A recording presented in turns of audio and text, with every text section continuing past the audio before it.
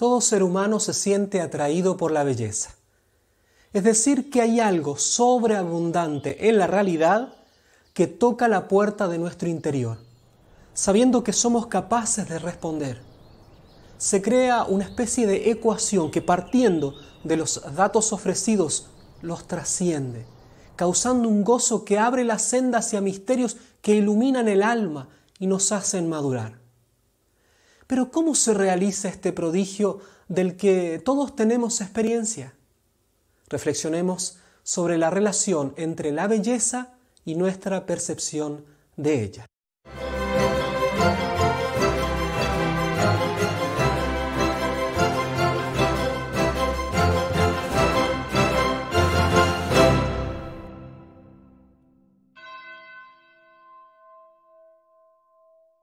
La realidad de este mundo y las cosas que encontramos en él han sido creadas de tal modo que tienen una estructura natural que está dispuesta para ser percibida por cualquier ser humano.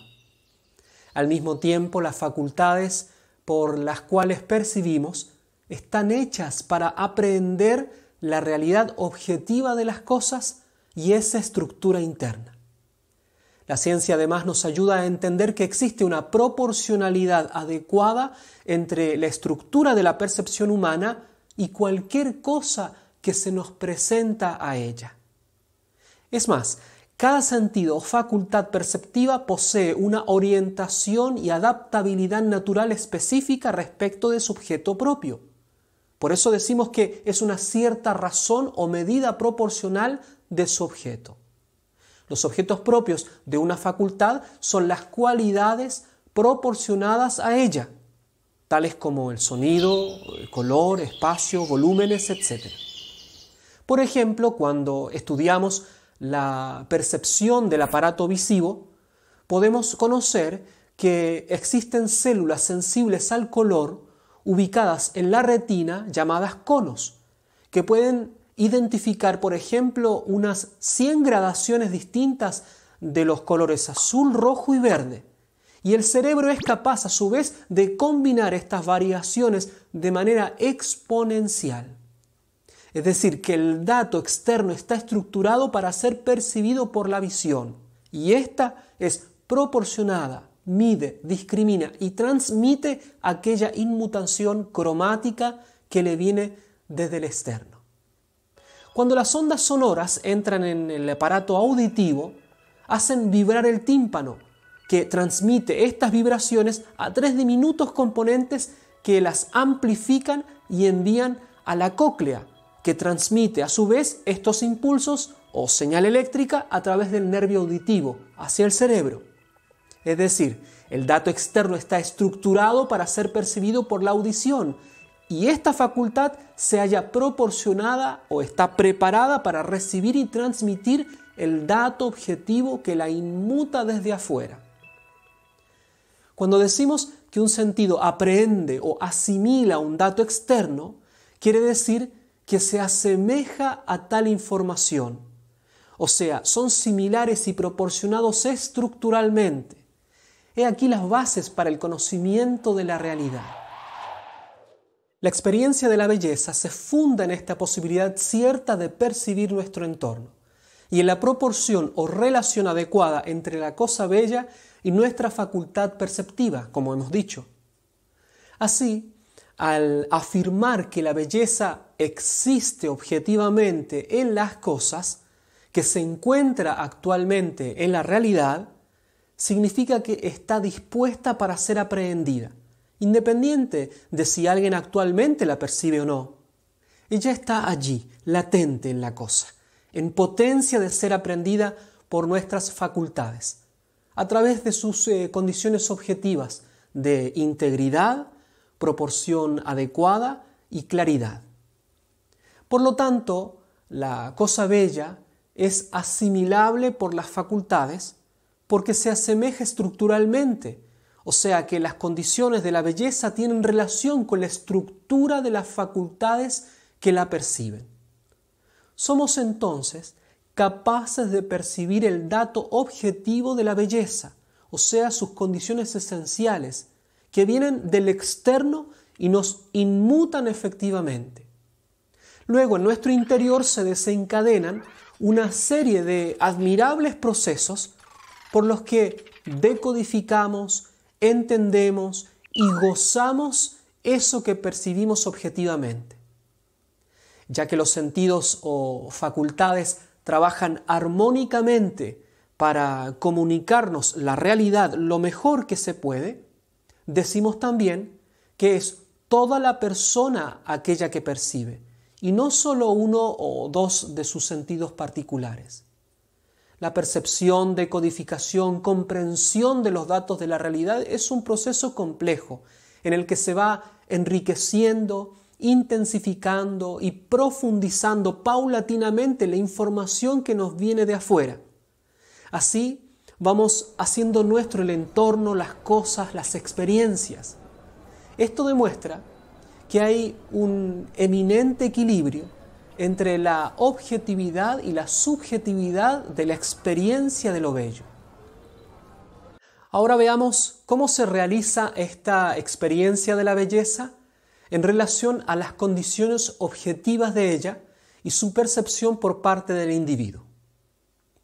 Es verdad que nuestros sentidos nos entregan información por separado, color, textura, sonido, etc.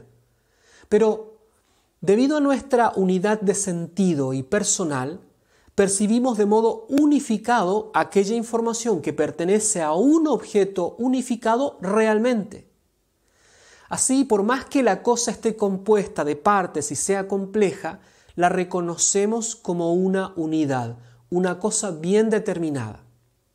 Recordemos que la condición objetiva de la belleza que llamamos integridad es precisamente aquella fundamental que nos indica que una cosa es una y no le falta nada necesario a su esencia o naturaleza.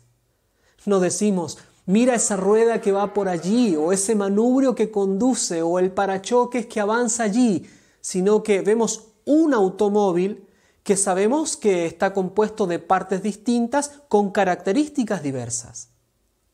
Además, nos damos cuenta que ese mismo objeto está configurado de un modo preciso y cada parte tiene una forma específica, distinta de la otra.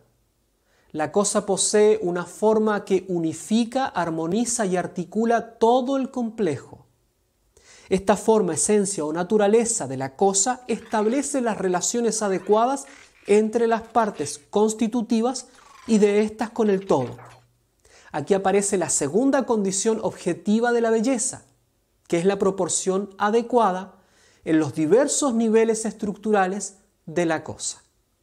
Por eso, siguiendo con nuestro ejemplo, decimos, me gustan las líneas de ese auto, o lo aerodinámico de tal modelo, la relación entre el chasis y las ruedas, etc. Por último, percibimos cada parte y el todo como un objeto cualificado con características totales y particulares, tales como color, forma, textura, sonido, etc. Estas características que se ofrecen o se declaran a la percepción del sujeto dan cuenta de la tercera condición objetiva de la belleza, a saber, de la claridad. Así, decimos, me gusta el color de tal auto, el sonido del motor de tal modelo, la comodidad de ese estilo. Todo lo que venimos diciendo descarta cualquier relativismo en el proceso de percepción de la belleza.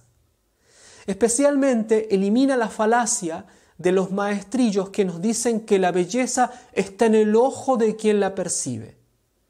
Este engaño simplón viene del pensamiento subjetivista contemporáneo que eliminó arbitrariamente la capacidad cierta de conocer la realidad. Son los que, disfrazados de ciencia y la diosa razón, imponen el error de que solo conocemos nuestra propia percepción y no la realidad, que no hay verdades, que todo es opinión, es relativo, y por lo tanto que la belleza es solo cuestión de gustos o una construcción social. Sin embargo, como hemos visto, la experiencia de la belleza es un proceso cierto, armónico, integral, asombroso y complejo. Indica en sus bases una relación entre la cosa y la persona íntegra, no solo sus sentidos externos o una parte de su personalidad. Pero para poner todo en su justo equilibrio, la experiencia de la belleza y su interiorización excede un análisis meramente científico, lo que no quiere decir que sea algo que se escapa a la verdad verificable de algún modo y que tengamos que volver al relativismo con el que se toma esta experiencia tan importante. Lo que sucede es que lo que llamamos real va más allá de la experiencia empírica, supera con creces el ámbito de las ciencias positivas, aunque no las desprecia, por supuesto. Porque, si bien es cierto, la experiencia de lo bello inicia con la percepción sensorial, va mucho más allá de ella, alcanzando el misterio de los más profundos, de aquellos que solo se desvelan mediante el amor a la sabiduría y el agradecido asombro. Solo hemos querido afirmar que existe una relación real entre la objetividad y la subjetividad de la experiencia de la belleza. Todos podemos tenerla. No es solo para una élite que entiende los códigos gnósticos del arte contemporáneo tan elevado y que considera al resto como una masa embrutecida que aún no ha visto la luz de tan elevadas creaciones. Esta es la típica excusa de los promotores del arte basura e ideológico. Todos estamos hechos para la belleza, se nos ofrece gratuitamente, nos llama, atrae, como decían los griegos. Depende de nosotros buscarla, responder a esa llamada, discernir aquella que nos ayuda a crecer y descartar lo que objetivamente es feo y nos degrada. Por lo mismo, esta experiencia implica ciertas virtudes que debemos adquirir. Lo primero es ser paciente delante de las cosas bellas, para que el dato percibido recorra las demás facultades en las que deja sus secretos y riquezas, y al fin decante en el fondo del alma, para ir formando, junto con otros miles de estímulos y experiencias precedentes, un patrimonio rico y siempre creciente. Porque cada experiencia no se agota en sí misma, tampoco termina en la mera percepción de los datos, sino que se une a otras y así va entrando en el tejido histórico de toda nuestra vida. Por lo tanto, todo esto necesita de tiempo, reposo, quedarse y aprender en la experiencia de la belleza, que son acciones totalmente antagónicas a lo vertiginoso de la vida actual. No podemos pretender captar las profundidades de la belleza si le damos un par de minutos de nuestra vida. Se necesita madurar en la experiencia, mediante la reflexión, el conocimiento, el aprendizaje específico y refinar nuestra sensibilidad. Los principios y criterios que hemos dado en este y en varios otros videos nos dan las bases objetivas para captar la belleza de modo cada vez más profundo y sofisticado y nos ofrecen los fundamentos para juzgar las cosas lo más objetivamente que se pueda. Por eso es que necesitamos volver muchas veces a las cosas que provocan esta ecuación misteriosa, pero indispensable para la vida auténticamente humana. Con ello, vamos adquiriendo un patrimonio de belleza que nos hace madurar como seres humanos y con ello crece toda la cultura y la sociedad. Animémonos a pasar tiempo con las cosas auténticamente bellas. Queridos amigos, espero que les haya gustado este video. Acuérdense de suscribirse al canal, de darle al me gusta y déjenme sus comentarios. Y compartan este material para que muchas personas se entusiasmen nuevamente con la belleza del arte. Que Dios los bendiga mucho.